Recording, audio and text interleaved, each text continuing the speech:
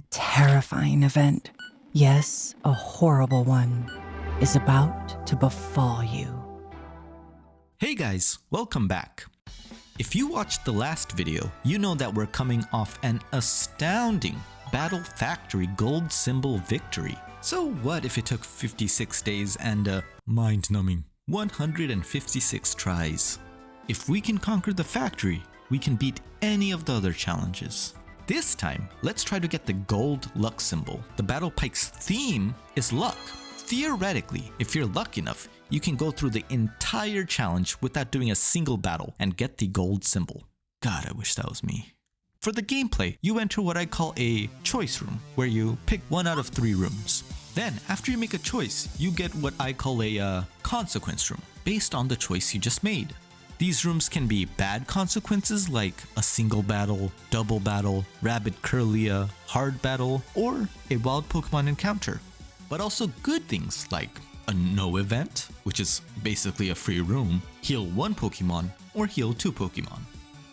To get the silver symbol, you need to go through 28 rooms, or a mere 2 rounds of the Battle Pike. But to get the gold symbol, you need to go through 140 rooms, or a whopping 10 rounds of the Battle Pike. The Pike is headed by the Queen Lucy, and if you watched the anime, you guys knew that she was of the few, if not the only women that actually liked Brock back. So let's go Brock! Anyway, beating her for the silver symbol was pretty easy. A bit harder than the NPCs, but not too much trouble. But getting the gold symbol, that's a whole nother story. A major difference between the Battle Factory and the other facilities is that you have to use your own Pokemon. This means I need to do some setup to do the challenge properly. Setup that I did not do. In stock, I had Dragonite, Heracross, and Charizard. All 3 of them have the wrong nature and are not EV trained. I also made the mistake of using TMs on these Pokemon, and guess what? TMs in Pokemon Emerald are one-time use only. I really didn't think the Battle Frontier would be this hard, so I used a TM during my regular playthrough. Again, this is a game made for 10-year-olds. I guess the devs in 2005 thought, hey, these kids need to be prepared to go through a major global recession in the near future. So, gotta get them ready to be disappointed early. Whatever. But this is similar to what 10-year-old me would have come up with. So, let's see how far it goes. Wow, 42 rooms. That's a lot better than 10-year-old me.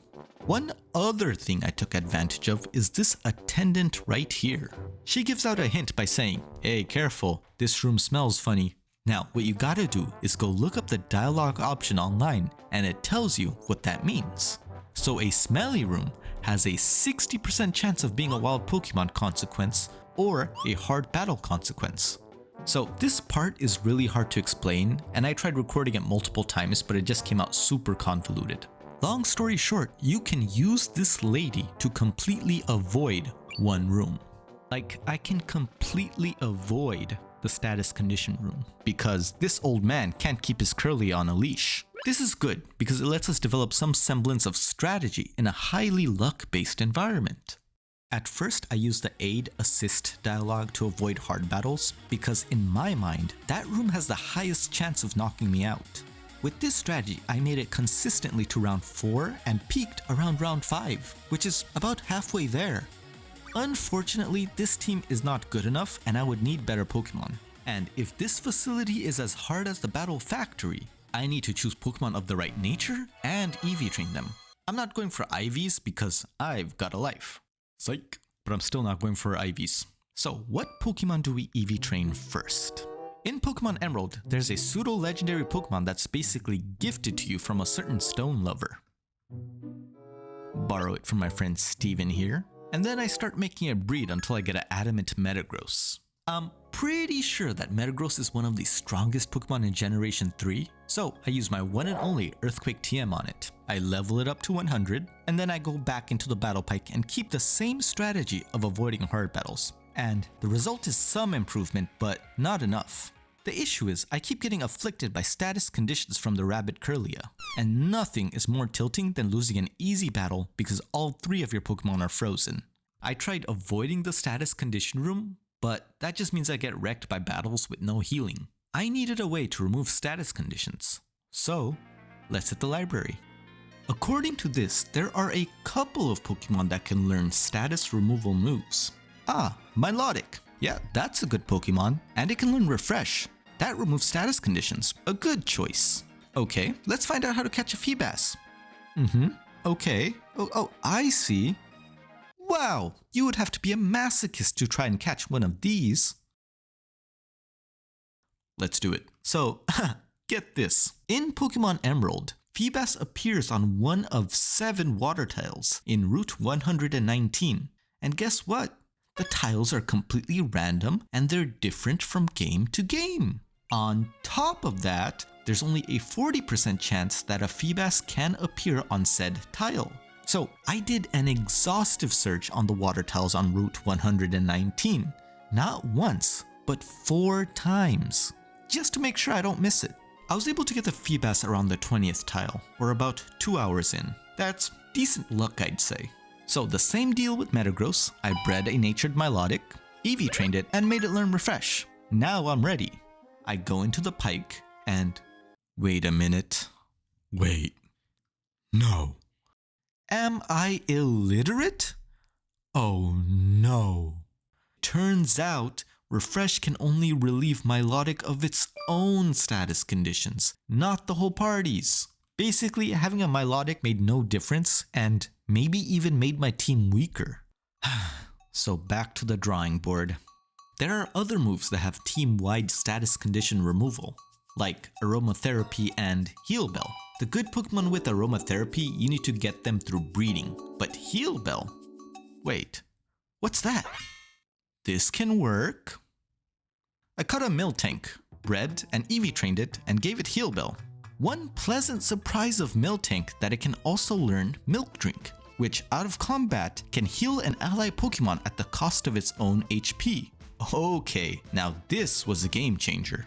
With Miltank removing all status conditions and giving some heals, I was able to average about 6 to 7 wins per run and peaked at round 8. Ooh, we're getting closer. However, in these high rounds, I'm constantly getting gapped by legendaries. Okay, now I'm getting desperate. This un-Eevee trained Dragonite is just not cutting it, and since I have a Metagross and a Miltank, I need a special attacker. Something like Alakazam. So, why not Alakazam? And that's what I did. I Eevee trained a modest Alakazam that can outspeed 90% of the Pokemon in this game and one-shot many. I gave it the 3 elemental punches and psychic. I also changed up my Pike strategy to take on more hard battles and avoid single battles. The reasoning is that hard battles give you a full team heal and single battles do not. So doing many single battles in a row can really cripple you more than doing many hard battles in a row. I averaged about 8 rounds per run and I hit the 10th run many times, but I didn't quite make it to the end. Oh boy, we're getting close though. It's only a matter of time.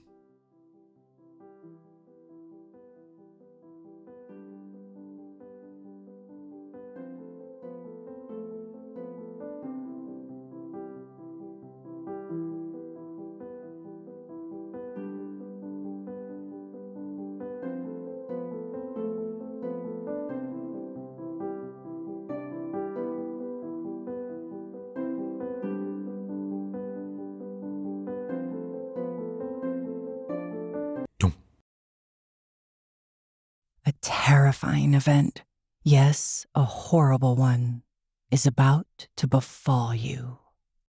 Wait, really? Yes! Woo! If you didn't know, when that aide says all that bad omen stuff, that just means you did 10 consecutive runs in the Battle Pike and are about to fight the Pike Queen.